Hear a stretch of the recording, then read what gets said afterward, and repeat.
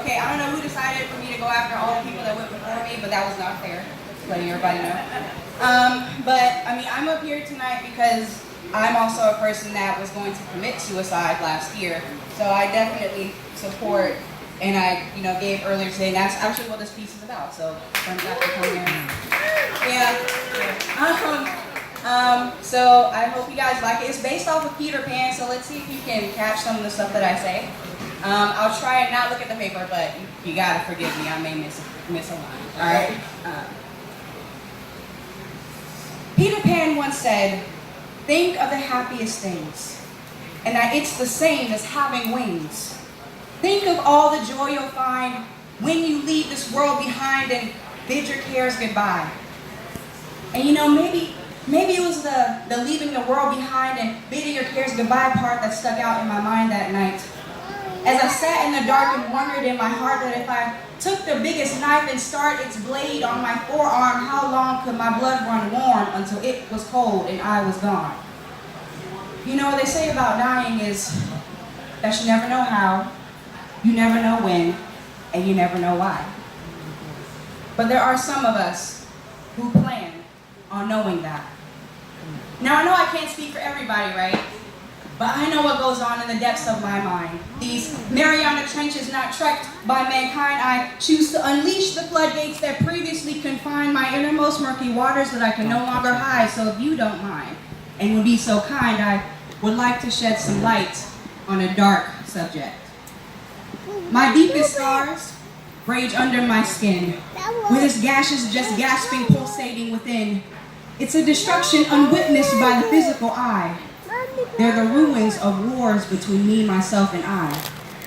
And no one but me hears a day and night. I mean, I fight with myself and we both seem right. I know how I should think and how I should feel. You might say it's all in my head, but that doesn't make it less real. Sometimes I feel everything and sometimes I'm numb to it all. And yes, Peter Pan, I want to fly, but other days I prefer the fall. It's a constant back and forth like Wimbledon on a metronome, and you can even snort the pixie dust and can't get high like cocaine in a baritone. So tell me, God, do my struggles exempt me from any of your promises? And between your compassion and your judgment, which one is most dominant? You didn't say morning also comes in the morning, and that weeping could endure for more than one night. I mean, would you really wipe away every tear from my eye? And if I'm the black sheep, would you still leave the 99? God, do good Christians, do they ever pray to die? Like me? Sometimes? My lost boys, are they legion? Led by a demonic Peter Pan? Because I'll fly off to Neverland just to never land again. Why do I feel like a misprint in a good book, or a trip up in a dance, or that off key in a harmony and the mistake in the second chance? And it's really hard to see you when I'm like this, and trust your word when I'm like this, and believe your heart when I'm like this. So while we're at it, believe in you when I'm like this. So when I feel like that, do you cast me out? I profess the faith, but I have my doubts. The path that I choose is not as easy as it seems. There's a cost I must count and a price that was paid for a salvation that's free.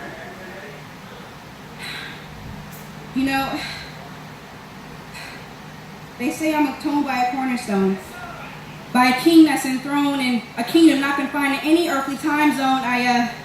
His son undefeated earned no headstone. They say his papa was more into the Rolling Stones, but it's a temptation to think God prefers rock and roll. But all things aside, I may be numb, but that doesn't mean I don't smile, and I may smile, but that doesn't mean I'm not numb. Tranquil on the outside, chaotic in my mind, and certain nights make me feel like I'm enemies with the Sandman. I can drown in seas of people and still feel like an island. I know things in thought, but it's hard for me to believe if there really is hope for somebody like me. So God, if you really are who you say you are, if I give you my tears, could you make an oasis? And if I give you my brokenness, could you make a mosaic? Can you make me take flight though I lose all ground, though the thorns of my flesh created your crown? You say there's a purpose to the pain and that my grief has a goal, and sometimes you will break my heart if it saves my soul. Do I stay or do I go? Do I sink the Jolly Roger or do I keep it afloat? You said you were put to sleep so that I could stay woke. So maybe there's lessons to your lashes and courage in your cross and a blessing to your beatings and a gain to your loss. So maybe it's the same for me too. So since I have it, help me use it, but not as a weapon, but a tool. To help the souls that know this pain too, who wrestle with the thought of ending it soon, where the only waters they wade are the falls from their eyes, where their raindrops carve riverbeds with every tear that they cry. Who are haunted by the memories on replay in their mind, or who make themselves bleed just for proof that they're alive.